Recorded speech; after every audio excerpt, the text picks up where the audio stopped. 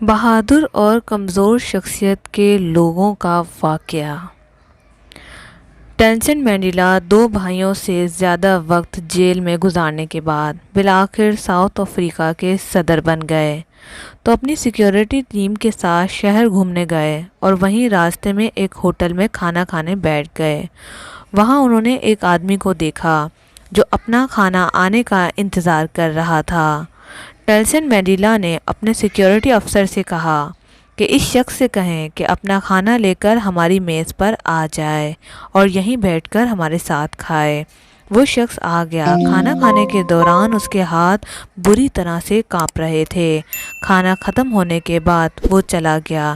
Nelson Mandela کا security افسر نے کہا، یہ شخص بیمار لگتا تھا کیونکہ اس کے ہاتھ کانپ رہے تھے اور حالت بھی ٹھیک نہ تھی۔ نیلسن منڈیلا نے جواب دیا، نہیں، یہ بیمار نہیں، ڈرا ہوا تھا کہ شاید میں اس کے ساتھ وہی سلوک کروں گا جو میرے ساتھ اس نے جیل میں کرنے کا عادی تھا۔ نیلسن منڈیلا نے بتایا کہ میں جس جیل میں قیدی تھا یہ وہاں کا گارڈ تھا۔ یہ مجھ پر شدید تشدد کیا کرتا تھا۔ جب میں نڈال ہو کر پانی مانگتا تو یہ میرے سر پر پیشاب کیا کرتا تھا۔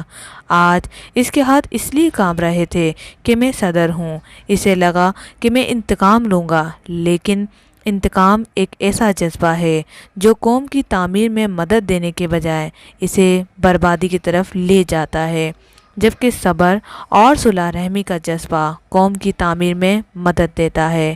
نیلسن منڈیلا نے اپنی بات مکمل کرتے ہوئے ایک تاریخی سچ ان الفاظ میں بیان کیا کہ کمزور شخصیت کے لوگ معاف کرنے میں تاخیر کرتے ہیں، جبکہ مضبوط کردار کے لوگ معاف کرنے میں دیر نہیں کرتے۔